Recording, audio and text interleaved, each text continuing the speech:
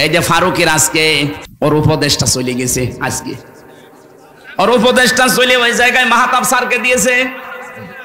ওর চলে যাওয়ার পেছনে যে কারণগুলো দিয়েছে 5টা না 6টা কারণ দেখলাম। 1 নম্বরে কারণ ওর বউ কেন মজিবের স্ত্রীর চরিত্রে কেন অভিনয় করতে গেল, এটা প্রথম কারণ দেখিয়েছে ওনাকে তাড়িয়ে দেওয়ার জন্য। দ্বিতীয় নম্বরে সমকামিতা, ও প্রমোট করতো যে পুরুষে পুরুষে বিয়ে হোক। 3 নম্বরে ও একটা সিনেমা বানিয়েছিল, 3rd পারসন সিঙ্গুলার নাম্বার। আপনারা তো এসব জগতে নেই, আপনারা আল্লাহর ওলি মানুষ সব নাকি?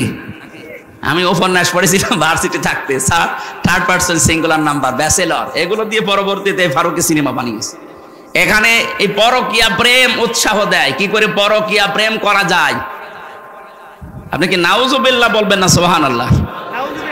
আমি প্রায় 8-10টা কমেন্ট পড়লাম, সবাই তাকে জানাচ্ছে ভাই আপনার স্ত্রীকে আপনি একটু কন্ট্রোল করেন, তাকে একটু পর্দা পশিদায় রাখেন, দিনের পথে চলার জন্য একটু উৎসাহ দেন, আর নিজেও ইসলাম মেনে চলার চেষ্টা করেন, কারণ আপনার দুইজনই মুসলমান। আপনিও মুসলমান, আপনার নাম দেখেছেন মোস্তফা নবীর নাম, সরোয়ার নবীর নাম, ফারুকি এটা নবীর সাহাবীর নাম। এত সুন্দর সুন্দর নাম সব এক জায়গায় করে নাম নিলেন, আর এনার নাম নায়কের নাম। কথা বলে না কেন? নায়ক হয়ে যদি তাফসীর মাহফিলে আসতে পারে, আর আপনি 3টা নবীর নাম 3টা এক জায়গায় করে নাম নিয়েছেন, মোস্তফা, সরোয়ার, ফারুকি, আর আপনার বউর নামও তো কত সুন্দর নাম। এই সমস্ত মানুষগুলোকে আপনি এক কাজ করেন, আপনার স্ত্রী স্বামী এখন ইসলামের দিকে ঝোঁকেন, কারণ আপনার কপালে আগুন লেগেছেই তো এই কারণে। আপনি ইসলামের বাইরে চলে যাচ্ছিলেন, এখন এদিকে আসেন, উৎসাহ দেন, একটু দিন মেনে চলেন, পরবর্তীতে যদি জাতি চায় আপনাকে আবার এই জায়গায় নিয়ে আসবে। কথাটা তো ভালো, এই কথা বলছেন না কেন? যারা এই দেশের জন্য ছাত্র জনতার সাথে যারা সব সময় ছিল, মাহতাব স্যার ছিল, উনি জেল পর্যন্ত খেটেছে। কথা বলেন না কেন? সমকামিতার বিরুদ্ধে সেই লোকটার যে বলিষ্ঠ ভূমিকা, আল্লাহ রাব্বুল আলামিন তাকে যেন যোগ্য জায়গায় বসিয়ে দেন। ওয়ালা ইয়াসআলু হামিমুন হামিমা ইউবাসসারুনাহুম ইয়াবাদুল মুজরিমু লাউ ইয়াফতাদি মিন আযাবি ইয়াউমিযিম বিবানি। সূরা মাআরিজের ভেতরে 11 নম্বর আয়াতে আল্লাহ জানিয়েছেন কিয়ামতের ওই ময়দানে কোন বন্ধু, এই যে হামিম শব্দের শাব্দিক অন্তরঙ্গ বন্ধু, এটা আপনার স্ত্রী হতে পারে, আপনার বান্ধবী হতে পারে, এমনকি সবচাইতে বেশি সময় যার সাথে কাটান আপনার ওই বন্ধু হতে পারে। এই বন্ধু কিয়ামতের দিন আপনার কথা জিজ্ঞাসাও করবে না, আর যদি জিজ্ঞাসাও করে আল্লাহ পাকের কাছে মুক্তিপণ হিসাবে আপনাকেও বলবে আল্লাহ এই বন্ধুকেও দিয়ে দিলাম। বলেন নাউজুবিল্লাহ। এই যে কঠিন সালসালা অবস্থা আল্লাহ পয়দা করবেন ওই ময়দানে শেষে, বন্ধু, মা বাবা, স্ত্রী, সন্তান সব কিছু বলবে আমি মুক্তিপণ দিলাম। কি দিলাম? এই যে লাউ ইয়াফতাদি, ফিদিয়া দিলাম, মুক্তিপণ দিয়ে দিলাম। ওয়াসাহিবাতিহি ওয়া আখি, শুধু সন্তান না, আমার স্ত্রী, আমার ভাই ভগ্গর যা আছে সবই দিয়ে দিলাম। ও ফাসইলাতি হিল্লাতি তৌবি, আমার জ্ঞাতি গোষ্ঠী যারা আমাকে আশ্রয় দিত, আমার দলের লোক, আমার গ্রামের লোক, আমার বংশের লোক যারা আমাকে আশ্রয় দিত বিপদে পড়লে, আল্লাহ এদেরকেও মুক্তিপণ হিসাবে দিয়ে দিলাম। অমাং ফিল আরদি জামিয়া, দুনিয়া যা আমার ছিল স্থায়ী অস্থায়ী সব দিলাম। সুম্মা ইউনজি, এরপরও তুমি আমাকে নাজাত দাও। কিয়ামতের এই দৃশ্যটা একটু সামনে নিয়ে এসে দেখেন কত ভয়াবহ। নিজের স্ত্রী পর্যন্ত মানুষ দিয়ে দেবে, অন্তরঙ্গ বন্ধু, স্ত্রী, সন্তান, দুনিয়ার অস্থায়ী স্থায়ী যত সম্পদের মালিক ছিল লোকটা সব আল্লাহকে বলবে আল্লাহ নিয়ে যান, শুধু সুম্মা ইউনজি, আমাকে কিছু বলবেন না। হযরত ঈসা নবীর মতো এত বড় পাওয়ারফুল নবী পর্যন্ত বলবে রব্বুল আলামিন আমার মা মরিয়মের সাথে তোমার যা ভালো লাগে তুমি করো, যে আচরণ তোমার করা লাগে তুমি সব করো, আমার মাকে আমি ছেড়ে দিলাম, কিন্তু আমার কিছু বলবো না। প্রত্যেকটি নবী এই কথা যখন ছড়াচ্ছে, প্রতিটি মানুষ যখন নিজের চিন্তায় আছে, আরে ভাই এই দিন আসবে, কিন্তু 2 দিন আগে আর 2 দিন পরে, নাকি এদিন নেই? অবশ্যই আসবে।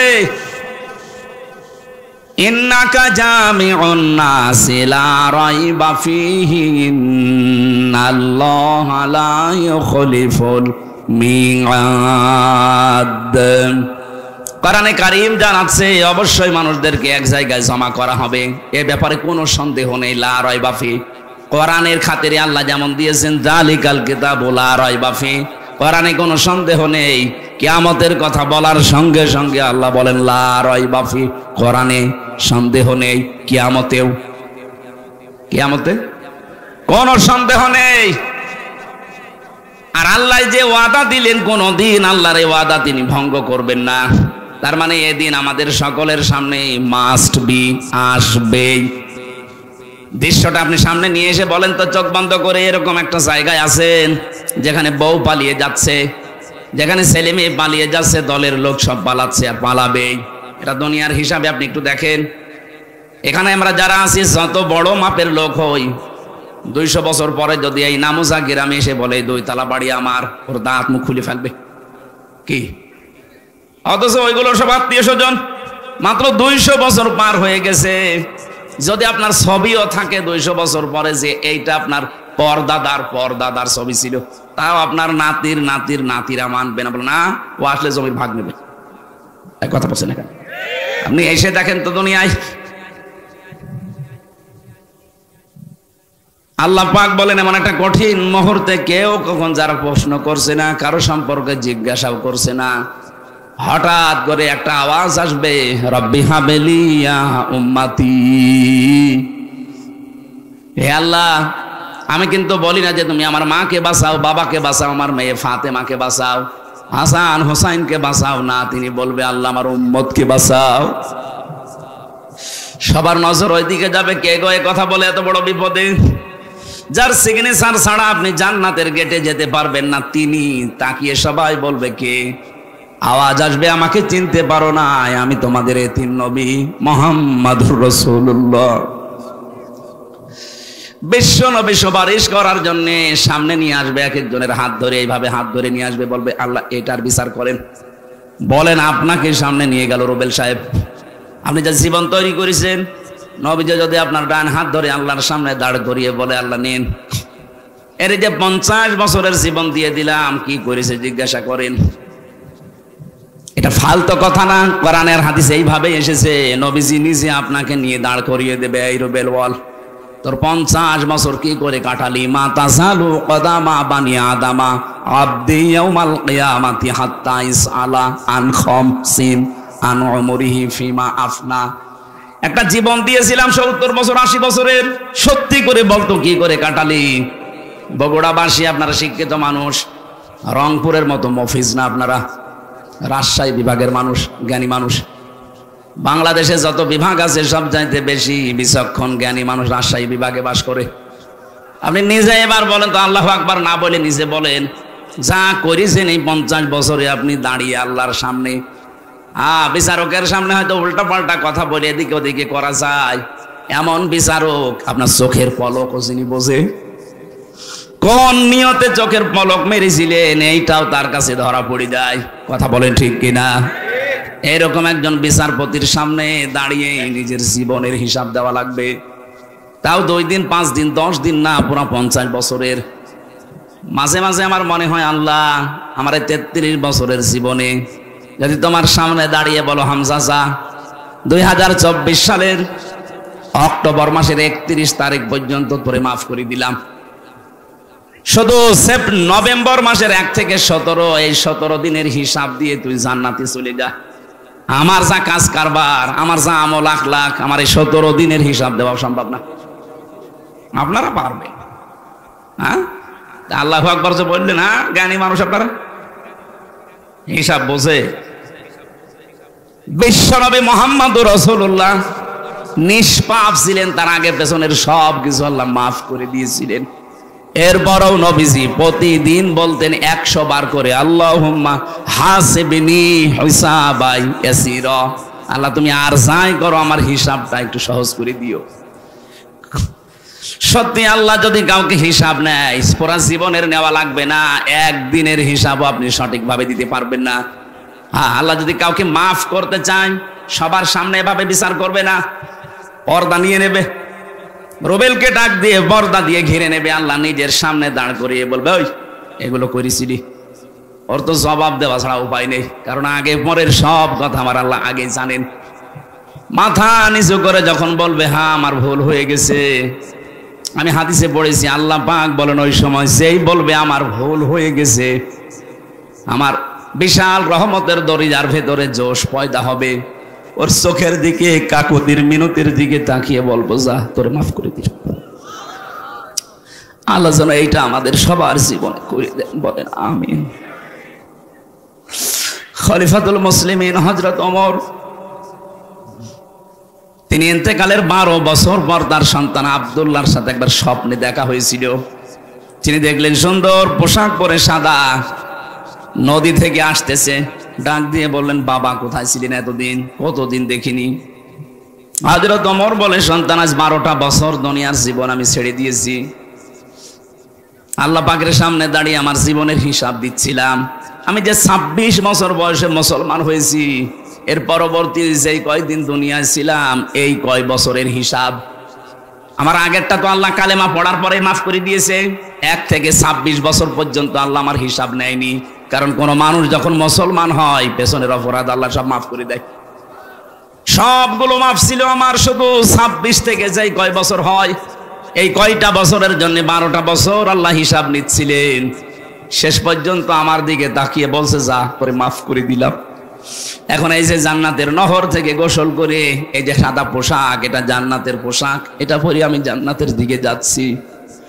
ও বগুড়াবাসী, যারে আল্লাহ জান্নাতের সার্টিফিকেট দুনিয়ায় পাঠিয়েছিলেন হযরত ওমরের, যিনি নবীজির পাশে কিয়ামত পর্যন্ত থাকবেন, তার 2 জন শ্বশুর আসে পাশাপাশি, আবু বকর ওমর। এই যে আকাশের তারকা দেখতে পান রাতের বেলা, হয়তো 1-2 করে একদিন গণনা করলে শেষ হয়ে যেতে পারে। হযরত ওমর মুসলমান হওয়ার পরে জীবনে যত নেকির কাজ করেছিলেন, কেউ যদি ওমরের নেকি গণনা করে কোনোদিন শেষ হবে না। এত বড় পাওয়ারফুল মানুষ, এ মানুষের যদি 12 বছর লাগে তারপর আল্লাহ মাফ করে দিয়েছে, আমাদের কয় বছর লাগতে পারে? এই জন্য হিসাব এটা কঠিন বিষয়। বিশ্ব নবী মুহাম্মদুর রাসূলুল্লাহ হঠাৎ আওয়াজ দিয়ে যখন উম্মতকে হাতে করে নিয়ে যাবেন, আল্লাহ পাক মাফ করতে চাইলে তো ঢেকে নেবেন, যদি অপমান করতে চান তখন সবার সামনে দাঁড় করিয়ে ওর জীবনের যে যে অপরাধ ওইটা চেহারার ভেতরে ফুটিয়ে তুলবেন। ইউরাফুল মুজরিমুনা বিসিমাহুম ফায়ুখাযু বিন নাওয়াসি ওয়াল আকদাম। দুনিয়ার বিচারকদের আর আল্লাহর বিচার আকাশ পাতাল পার্থক্য, এরা সাক্ষী ছাড়া বিচারের রায় দিতে পারে না। আর আল্লাহ পাক বলেন যত সাক্ষী দরকার সব তোর চেহারার ভেতরে ফুটিয়ে তুলবো। কেউ যদি জেনা করে, জেনাকারের এই জায়গায় লেখা থাকবে, জেনা এদেশে নেই। হ্যাঁ কি আছে কি আমরা তো দেখতে পাই না। এটা যেহেতু গ্রাম অঞ্চল, এই নামোজা এলাকা, বহু মানুষ আছে যে 1 বিঘা জমি নেয় 50-60 হাজার করে টাকা দেয়, যতদিন জমি করে খাবে ততদিন উনি টাকা ফেরত দেবে না। এটা কি নাম কি? এগ্রিমেন্ট, বন্ধকি যাই বলেন, এটা সুদ হচ্ছে, এটা মায়ের সাথে জেনা করার গুনাহ হচ্ছে। সত্যি কি এলাকায় আছে? না ভাই, এটা আপনি না খেয়ে থাকেন মরে যান, কিন্তু এই মায়ের সাথে জেনা করা যাবে না। আপনার কি বিশ্বাস হচ্ছে না? হাদিস। আপনি যদি এই গোনা থেকে বেঁচে থাকতে চান 2টা পদ্ধতি আজকে থেকে মানবেন। 1 নম্বরে যতদিন ওই জমি করে খাবেন ততদিন সরকারের যে টাকা দেওয়া লাগে বছরে বছরে, কয় টাকা? ওই 60-70 টাকা দেওয়া লাগে 1 বিঘা জমিতে, ওই টাকা আপনি দিয়ে দেবেন। যতদিন 5 বছর 10 বছর করে খান ওই টাকা আপনাকে দেওয়া লাগবে। কথা বুঝতেছেন? এটা ক্লাস চলছে, আমি বোঝাচ্ছি, বুঝতেছেন?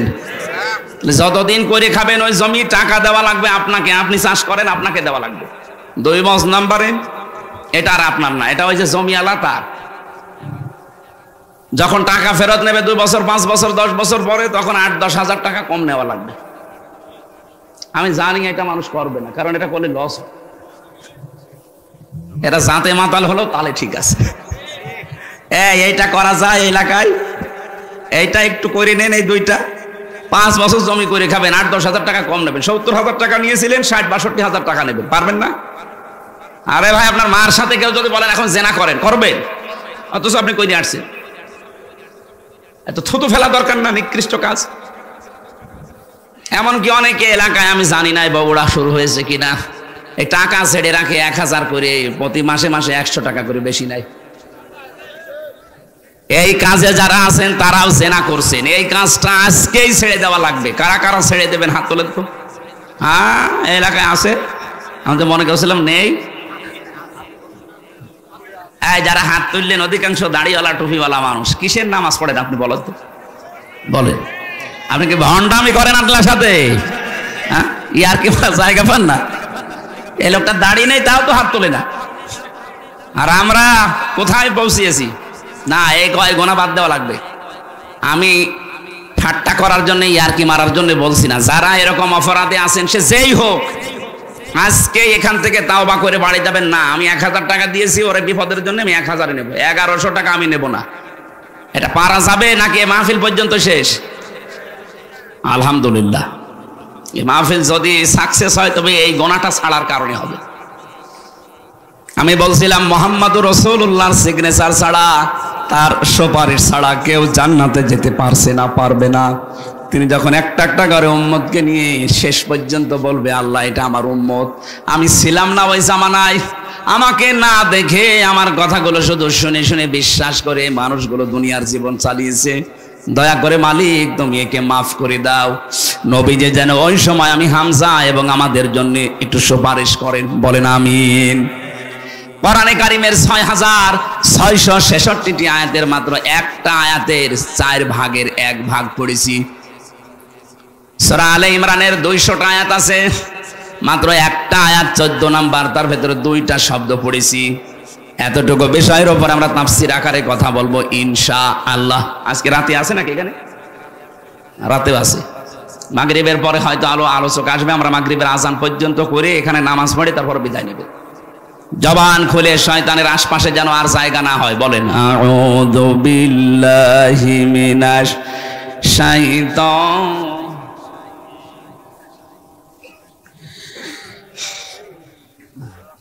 একটু সরিয়ে দেন হাল। زين للناس حب الشهوات من النساء والبنين। আল্লাহ পাক বলেন, আমি আকর্ষণীয় করে দিয়েছি, সুশোভিত করে দিয়েছি, লোভনীয় করে দিয়েছি দুনিয়ার ভেতরে 7টা জিনিসকে। এটা মানুষ যারা, তাদের সবার প্রতি, তাম দুনিয়ার জন্য আল্লাহ এই আয়াতটা দিয়েছেন। সবার কাছে আকর্ষণীয় লোভনীয় বস্তু এই 7টা। 1 নম্বরে হুব্বুশ শাহাওয়াতি মিনান নিসা, প্রথম নম্বরে তোমাদের কাছে লোভনীয় আকর্ষণীয় করেছি আমি নেশা, মেয়ে লোককে।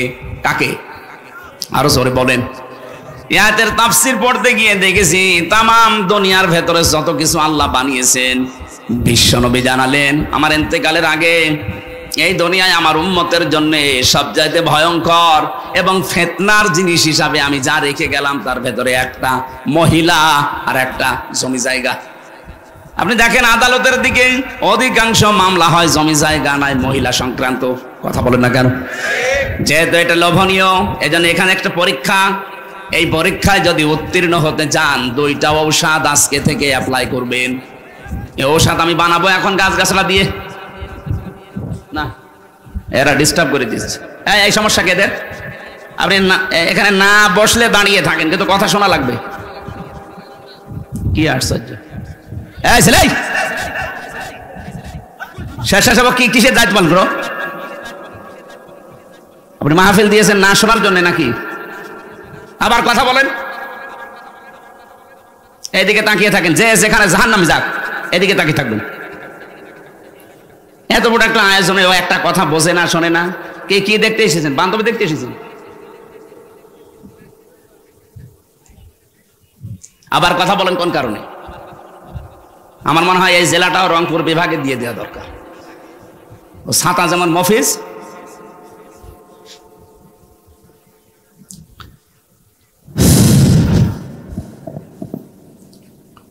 প্রথম কথা বলছিলাম বিশ্বনবী মুহাম্মদুর রাসূলুল্লাহ জানিয়েছেন 2টা ঔষধ যদি তোমরা দুনিয়াতে খেতে পারো, অ্যাপ্লাই করতে পারো, দুনিয়ার জীবনে সেট করতে পারো, তাহলে এই ফিতনা, এই যে লোভনীয়, এইটা থেকে বেঁচে থাকতে পারবা। আমি জানি আমি সহ প্রত্যেকেই এই রোগের রোগী। এই যে মেয়ে লোক দিয়ে আমার আল্লাহ হাজার হাজার মানুষকে আজ পরীক্ষায় ফেলে রেখেছেন। আর মেয়ে লোকের যে ষড়যন্ত্র, এটা কোরআনে উল্লেখ আছে, ইন্না কাইদা কুন্না আযীম। মেয়েদের চক্রান্ত বড় ভয়ঙ্কর। শয়তানের চক্রান্তের কথা আল্লাহ কোরআনে বলতে গিয়ে বললেন, ইন্না কাইদা শাইতানি কানা দাঈফা। শয়তানের চক্রান্ত একেবারে দুর্বল, শুধু দুর্বল না, একেবারেই দুর্বল, দাঈফ আর দাঈফা। কিন্তু যেখানে মহিলাদের কথা আল্লাহ কোরআনে নিয়ে আসলেন, সেখানেই বললেন, এই আয়াতটা কিন্তু ইউসুফ নবী আলাইহিস সালামের জামানার। ওই যে জুলাইখা যার ষড়যন্ত্র করে ইউসুফ নবীকে জেনার তহমত পর্যন্ত নেওয়া লেগেছিল, সে আয়াত সূরা ইউসুফের ভেতরে 28 নম্বর আয়াতে আছে, ইন্না কাইদা কুন্না আযীম। এখানে যারা আরবি গ্রামার জানে কিনা জানি না, যদি আলেম কেউ থাকে দেখবেন ইন্না কাইদা কুন্না আছে, আল্লাহ বহু বচন দিলেন। অথচ আয়াত নাজিল হচ্ছে জুলেখার জন্য। জুলেখা কয়জন বলেন বলেন? এক বচন, দ্বি বচন, এরপরে দুইয়ের বেশি হলে হয় বহু বচন। আল্লাহ একবারেই দ্বি বচন বাদ দিয়ে বহু বচন লাগিয়ে দিলেন। কোন কারণে? জুলাইখা তো আর 10-12 জন না, কয়জন? আল্লাহ ভালো করে জানে জুলাইখা শুধু এইটা না, কিয়ামত পর্যন্ত এরকম দুর্বিসন্ধিওয়ালা জুলাইখা দুনিয়ায় আসবে। কথা বলে না কেন? আমার মনে হয় তার একটা পড়েছিল, কি দুর্বিসন্ধি দেখিস, 15টা বছর কি কায়দা কৌশল করে চলে গেল। আমার মনে হচ্ছিল মানুষ পিটিয়ে মারবে, কিন্তু কি কায়দা করে পালিয়ে চলে গেছে। মেয়েদের চক্রান্ত বড় ভয়ঙ্কর। ও যদি কাউকে টার্গেট নেয়, ওই পরিবার পর্যন্ত ধ্বংস হয়ে যায়। আজ 100টার প্রায় 98টা পরিবারে শান্তি নেই। অধিকাংশ, আমি যতটুকু জানি, তার স্ত্রীর কারণে। অধিকাংশ মহিলা দেখবেন নিজের আত্মীয় স্বজন, বাবা মামা চাচা, এগুলো আসলে খুব আনন্দে আছে। আর স্বামীর মা বাবা, তার নিজের পক্ষ থেকে যদি কেউ আসে, ওর অটোমেটিক মন খারাপ হয়ে যায়। আপনি মানুষ, আমি নিজে স্বামী, এই যে কোরআন শরীফ আমার সামনে, যত স্বামী বসে আছে জিজ্ঞাসা করেন, মানুষ হিসাবে মানুষের একটা দুর্বল জায়গা আছে। মানুষ হিসাবে প্রত্যেকটা মানুষ, যদি কেউ কোনো স্ত্রী চায় যে আমার স্বামীকে আমি 100 ভাগ খুশি রাখবো, তাহলে আমার মা বাবার সাথে আপনার ভালো ব্যবহার করা লাগবে। তাছাড়া জীবনও আপনি আমার মন পাবেন না। উপরে উপরে হয়তো আপনাকে সংসার করার জন্য সোনা মধু বিভিন্ন জিনিস বলা লাগে, মন পাবেন না যদি আমার মা বাবা আপনার মা বাবার মতো সম্মান না পায়। এই কথা বলছেন না কেন? যারা স্বামী আছে, এটা মনে হচ্ছে না 100টার 98টা ওইটা চাচ্ছে না। এই জন্যই তো পরিবারে শান্তি নেই। নারী নির্যাতন কিছু হলে আগে মামলা হয়ে যায়, আর পুরুষ নির্যাতনে যে আমরা মরিয়ে যাচ্ছি, কোনো মামলা নেই।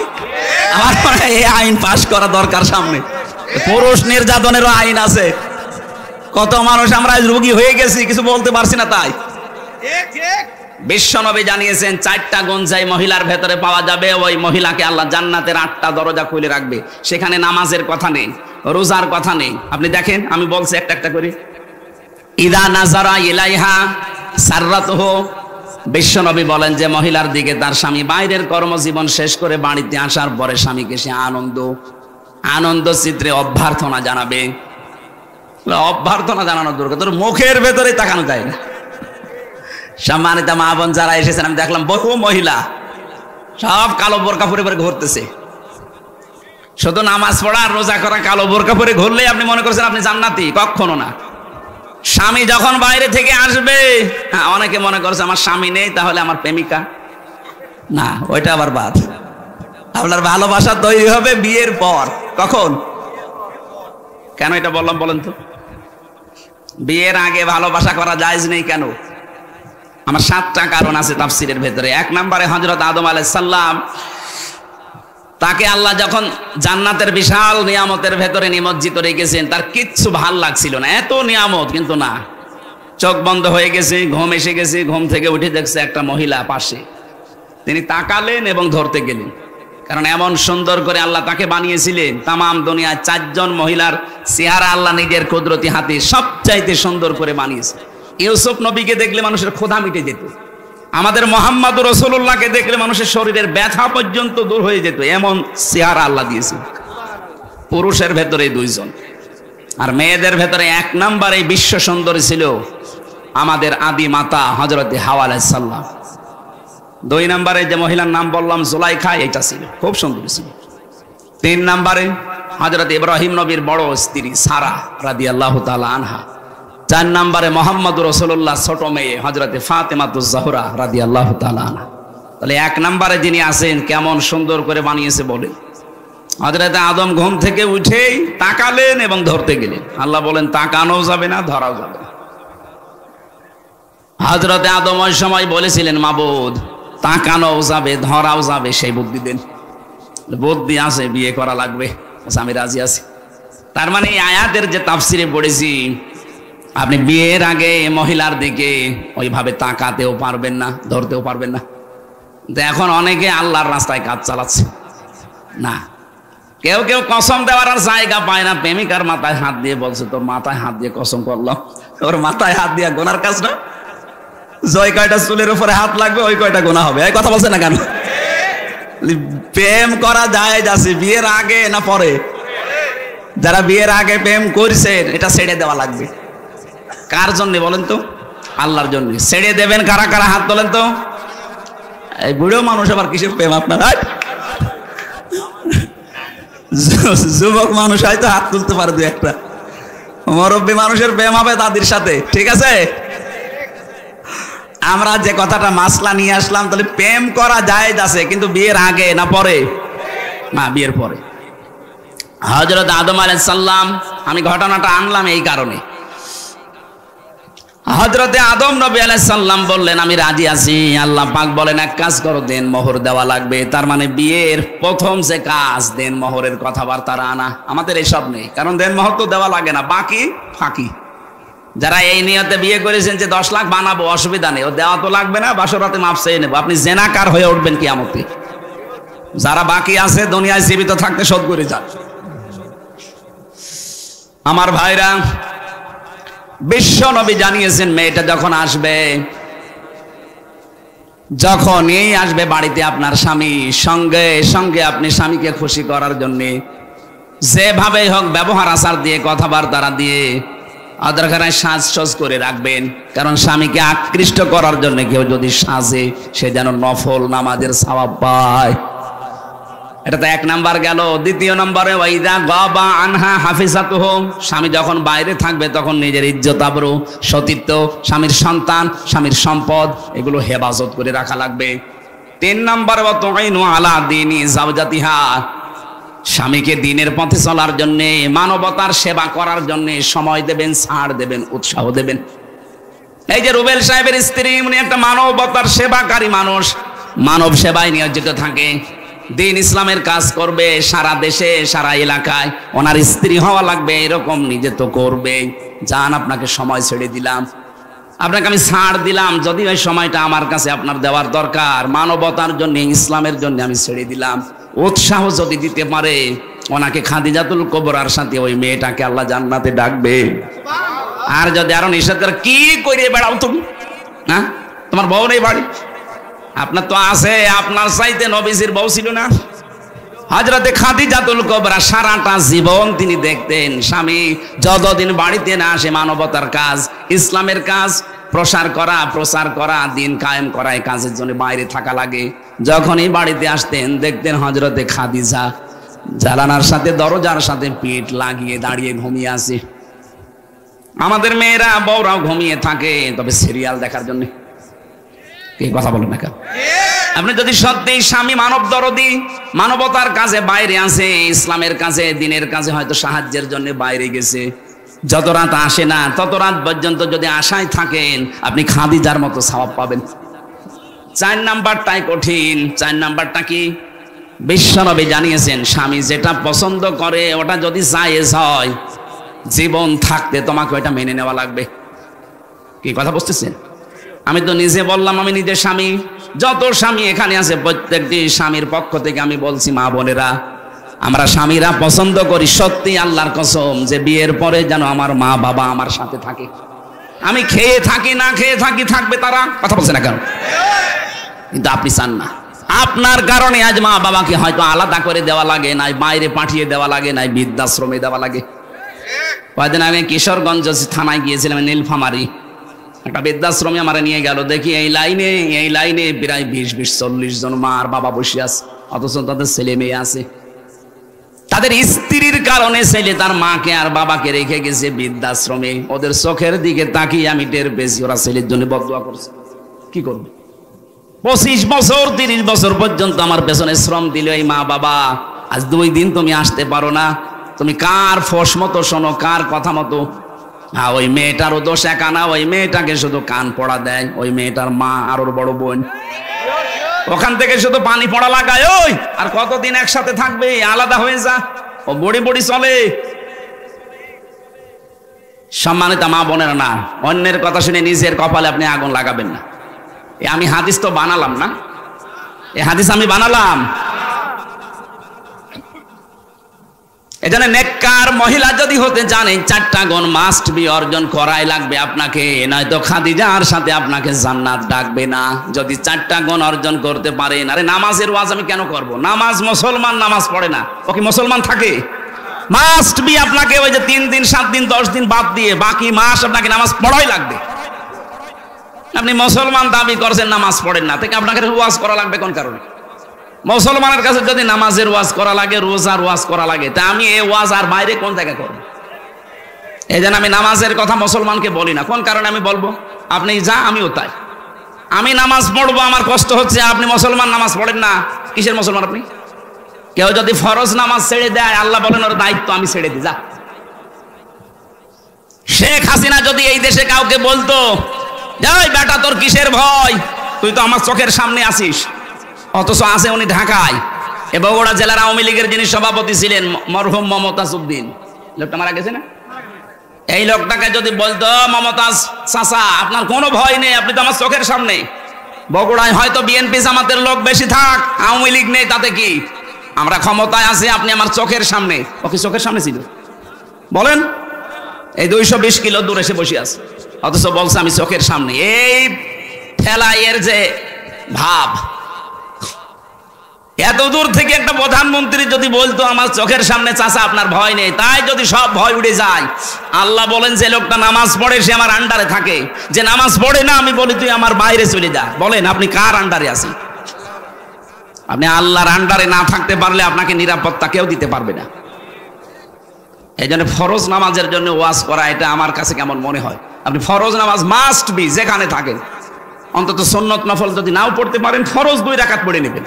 অত বুঝতেছেন? রমজানে 1 বছর পরে মাত্র রোজা আসে, 1 বছর পরে।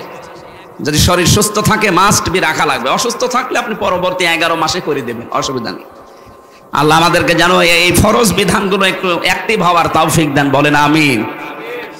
যে কথাটা তুলেছিলাম, আল্লাহ রাব্বুল আলামিন যেহেতু আমাদেরকে ঔষধ দিচ্ছেন এইবার এই ফিতনা থেকে, মেয়েদের ফিতনা থেকে বাঁচার জন্য 2টা ঔষধ দিয়েছেন সূরা নূরের ভেতরে 30 নম্বর আয়াত। এটা 12 নম্বর পৃষ্ঠার 7 নম্বর লাইনে আছে, উল্লিল মুমিনিনা ইয়াগুদ্দু মিন আবসারিহিম ওয়া ইয়াহফাযু ফুরুজাহুম যালিকা আযকা লাহুম ইন্নাল্লাহা খাবীরুম বিমা ইয়াসনাউন। বলেন আল্লাহু আকবার। আল্লাহ রাব্বুল আলামিন বলেন, নবী আপনি দুনিয়ার মানুষকে বলেন, যারা মুমিন, যারা বলে যে আল্লাহ একজন আছে, হে রাসূল আপনাকে আমরা মানি, এই যে বিশ্বাস যাদের আছে এই মানুষগুলোকে বলেন আমরা মানি না আল্লাহকে। আল্লাহ একজন আছে, বিশ্বাস আমাদের আছে না? নবীজি আমাদের আদর্শ মানুষ এই দুনিয়ায়, এটা আমরা মানি না?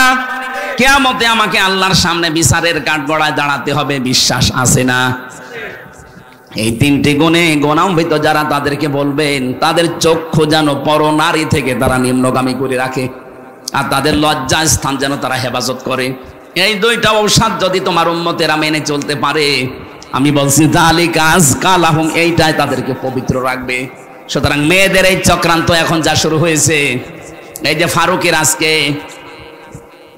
ওর উপদেশটা চলে গেছে, আজকে ওর উপদেশটা চলে ওই জায়গায় মাহতাব স্যারকে দিয়েছে। ওর চলে যাওয়ার পেছনে যে কারণগুলো দিয়েছে 5টা না 6টা কারণ দেখলাম। 1 নম্বরে কারণ ওর বউ কেন মুজিবের স্ত্রীর চরিত্রে কেন অভিনয় করতে গেল, এটা প্রথম কারণ দেখিয়েছে ওনাকে তাড়িয়ে দেওয়ার জন্য। 2 নম্বরে সমকামিতা, ও প্রমোট করতো যে পুরুষে পুরুষে বিয়ে হোক। 3 নম্বরে ও একটা সিনেমা বানিয়েছিল, থার্ড পারসন সিঙ্গুলার নাম্বার। আপনারা তো এসব জগতে নেই, আপনারা আল্লাহর ওলি মানুষ সব নাকি? আমি উপন্যাস পড়েছিলাম ভার্সিটি থাকতে, third person singular number, bachelor, এগুলো দিয়ে পরবর্তীতে ফারুকি সিনেমা বানিয়েছে। এখানে এই পরকীয়া প্রেম উৎসাহ দেয়, কি করে পরকীয়া প্রেম করা যায়। আপনি কি নাউজুবিল্লাহ বলবেন না সুবহানাল্লাহ? আমি প্রায় 8-10টা কমেন্ট পড়লাম, সবাই তাকে জানাচ্ছে ভাই আপনার স্ত্রীকে আপনি একটু কন্ট্রোল করেন, তাকে একটু পর্দা পশিদায় রাখেন, দিনের পথে চলার জন্য একটু উৎসাহ দেন, আর নিজেও ইসলাম মেনে চলার চেষ্টা করেন, কারণ আপনার দুইজনই মুসলমান।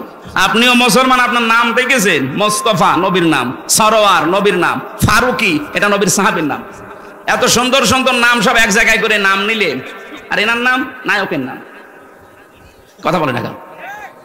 নায়ক হয়ে যদি তাফসীর মাহফিলে আসতে পারে, আর আপনি 3টা নবীর নাম 3টা এক জায়গায় করে নাম নিয়েছেন, মোস্তফা, সরোয়ার, ফারুকি, আর আপনার বউর নামও তো কত সুন্দর নাম। এই সমস্ত মানুষগুলোকে আপনি এক কাজ করেন, আপনার স্ত্রী স্বামী এখন ইসলামের দিকে ঝোঁকেন, কারণ আপনার কপালে আগুন লেগেছেই তো এই কারণে। আপনি ইসলামের বাইরে চলে যাচ্ছিলেন, এখন এদিকে আসেন, উৎসাহ দেন, একটু দিন মেনে চলেন, পরবর্তীতে যদি জাতি চায় আপনাকে আবার এই জায়গায় নিয়ে আসবে। কথাটা তো ভালো, এই কথা বলছেন না কেন? যারা এই দেশের জন্য ছাত্র জনতার সাথে যারা সব সময় ছিল, মাহতাব স্যার ছিল, উনি জেল পর্যন্ত খেটেছে। কথা বলে না কেন? সমকামিতার বিরুদ্ধে সে লোকটার যে বলিষ্ঠ ভূমিকা, আল্লাহ রাব্বুল আলামিন তাকে যেন যোগ্য জায়গায় বসিয়ে দেন। তা আমরা যেটা বলতে চাচ্ছিলাম এই আয়াত দিয়ে, বাস্তবতা মেয়েদেরকে বলছি, এরা যেহেতু পরীক্ষার বস্তু আজ আমাদের কাছে, হ্যাঁ কষ্ট হবে আমাদের তাদের থেকে চোখ ফিরিয়ে রাখতে, কারণ যেহেতু লোভনীয়, আকর্ষণীয়। কে বলছেন? আল্লাহ বলছেন যুজ্জিনা লিন্নাস, মানুষের জন্য আমি আকর্ষণীয় করিয়ে দিয়েছি, মরা মানুষ না, লিন্নাস জীবিত মানুষ। এদের কাছে এই 7টা জিনিস খুব আকর্ষণীয়, দেখলে মন চাইবে, সে যে বয়সের লোকই হোক। যেহেতু এই আকর্ষণ আল্লাহ তৈরি করে দিয়েছে, আবার ছেদও করে দিয়েছে আল্লাহ, যে সাবধান এখানে কিন্তু পরীক্ষা। এজন্য আমাদের সামনে এই পরীক্ষাটা থাকবে। এই পরীক্ষার ঔষধ এই 2টা, চক্ষু নিম্নগামী করা লাগবে, মন চাইলেও নিম্নগামী করা লাগবে। 2 নম্বরে লজ্জা স্থানটা হেফাজত করা লাগবে। আজ এইটা ঠিক নেই, যেখানে সেখানে ব্যবহার হচ্ছে। কথা বলে না কেন? আমি নিচে নামতে পারলাম না, তাই কত জায়গায় আপনি ব্যবহার করছেন। এই 2টা ঔষধ যদি ঠিক মতো সর্বোচ্চ 15 দিন আপনি একেবারে কন্ট্রোল হয়ে থাকেন, একটা অজানা সুখ, এটার বাংলা নাম অনির্বচন সুখ, আপনাকে আল্লাহ দান করবে।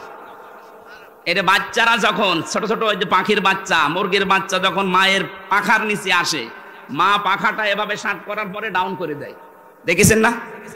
এভাবে একেবারে সোজা করে দেয়, প্রথমে সোজা করার পরে ডাউন করে, ওর নিচে বাচ্চারা যায়, একটা আওয়াজ দেয় কিচির মিচির, এটাকে বাংলায় বলে অনির্বচন সুখ। আপনি আজকে থেকে এই মহিলা দেখলে যেগুলো দেখা যায় নেই, শুধুমাত্র সামনাসামনি না, মোবাইলেও, কম্পিউটারে, টিভির পর্দায়, যাদের যেটা দেখলে নিজে নিজে আনন্দ লাগে আর অন্য কেউ দেখলে লজ্জা পান, এটা এখনই ডিলিট করে দিন, দেন এখনই ডিলিট করে দিন। এরকম ভিডিও যদি থাকে যে নিজে দেখলে খুব ভালো লাগছে, অন্য কেউ দেখলে আপনি লজ্জা পান, এটা কবিরা গুনাহ। এই মুহূর্তেই ডিলিট করে এই আমল শুরু করা লাগবে। পারবেন না? কারা কারা ডিলিট করবেন হাত তোলেন তো? হ্যাঁ তোলেন হাত। এই কয়েকজন শুধু উল্টাপাল্টা জিনিস দেখেন, আর বাকিগুলো আলহামদুলিল্লাহ ভালো আছে। ঠিক আছে, আপনারা ডিলিট করে দেবেন। যারা হাত তুলেছিলেন অন্তত ডিলিট করে বাড়ি যাবেন। 2 নম্বরে লজ্জা স্থানটা হেফাজত করে রাখবেন, নিজের জায়েজ স্ত্রী ছাড়া, আর স্ত্রী নিজের জায়েজ স্বামী ছাড়া অন্য কোনো জায়গায় যেন ব্যবহার না হয়। আজ হাজারো স্ত্রী স্বামী শুধু বাড়ি থেকে বাইরে চলে যায়, ওরা মনে হচ্ছে আল্লাহ রাস্তায় দিন পায়। কথা বলছেন এখন? আল্লাহ মেয়েদের থেকে এই পরীক্ষায় আমাদের উত্তীর্ণ হওয়ার তৌফিক দিন। 2 নম্বর বানিন সন্তান, এটার প্রতি আকর্ষণ। সন্তানকে আল্লাহ পরীক্ষার বস্তু বানিয়েছেন, কিন্তু এই পরীক্ষায় আমরা যেন ফেল না হয়ে যায়। আমি রিমান্ডে একটা হিন্দু অফিসারের একটা শিক্ষা পেয়েছিলাম। আমার মনে হয় আর 2 মিনিট আছে আজানের, এখন আর বলা ঠিক হচ্ছে না। আগামীতে রাতের বেলা আমারে নিয়ে আসবেন, দিনের বেলায় মাহফিল আমার মানে সাঁটে না, আমার ভালো লাগে না, জোর করে আপনারা নিয়ে আসেন। আর 3 বছর ভাই তো জানে জেলখানা যে খাবার দেয়, বেঁচে থাকায় দুষ্কার। আর আমরা ছিলাম তো আরো কঠিন জায়গায়। আমারে আর অপু ভাই রে, তারেক জিয়া সাহেবের পিএস রে এত কষ্ট দিয়েছে শয়তানরা, এক জায়গায় রেখে দিয়েছিল 24 ঘন্টা। ওইতে সিসি ক্যামেরা, কেউ যেন কথাও না বলে, ওই উপর থেকে দেখতো। ওনার সাথে লাইন আছে তারেক জিয়ার, আর আমার সাথে আলেমদের, মনে করতো এ খারাপ কাজ করবে, বাইরে এর যোগাযোগ করবে। সবচাইতে বেশি আটক করে রেখেছিল গিয়াসউদ্দিন মামুন ভাইকে, এরপর আরো অত্যাচার করেছে। আল্লাহ আমাদেরকে যেন এই আয়াতটা এখন আজকে শেষ করতে না পারার কারণে আমি দুঃখ প্রকাশ করছি। আগামীতে আসলে কথা বলবো ইনশাল্লাহ। এই জেলার জন্য দোয়া করছি, বিশেষ করে ম্যাডাম খালেদা জিয়া অসুস্থ, উনি বিদেশে যাবে। জালেমদের জন্য এই কয় বছর যেতে পারেনি, মিথ্যা একটা মামলা দিয়ে তার জীবনটা শেষ করে দিয়েছে। এখনো পর্যন্ত আপনাদের বগুড়ার সন্তান তারেক জিয়া পর্যন্ত আসতে পারে না দেশে। উনি যেন আবার সহি সালামতে দেশের সন্তান দেশে আসতে পারে, সেই তৌফিক আল্লাহ ফিরিয়ে দেন। তার বাবা শহীদ রাষ্ট্রপতি জিয়াউর রহমানকে আল্লাহ কবরে যেন মাফ করে জান্নাত দিয়ে দেন, আল্লাহুম্মা আমিন। আমার লিখিত বই আছে, এই গাড়িতে যাওয়ার সময় শিক্ষিত মানুষরা নিয়ে যাবেন। লা ইলাহা ইল্লা আনতা সুবহানাকা ইন্নী কুনতু মিনাজ জালিমিন রাব্বিরহামহুমা কামা রাব্বায়ানি সাগীরা। আল্লাহ তাআলা কোরআনে কারীম থেকে কথা বলতে গিয়ে দেখলাম চাতক পাখির মতো শুনছে। আমি যদি এখনো 1 ঘন্টা চালাতাম কোনো মানুষ চলে যেত না। কোরআন শোনার জন্য এই বগুড়ার মানুষগুলো এত পাগল, এদেরকে তুমি ওমরের মতো মাফ করে দাও। আজকের আলোচনার সওয়াবগুলো তুমি নবীজির রওজায় পৌঁছিয়ে দাও। যত মানুষ কবরে আছে আল্লাহ তুমি মেহেরবানি করে তাদের ক্ষমা করো।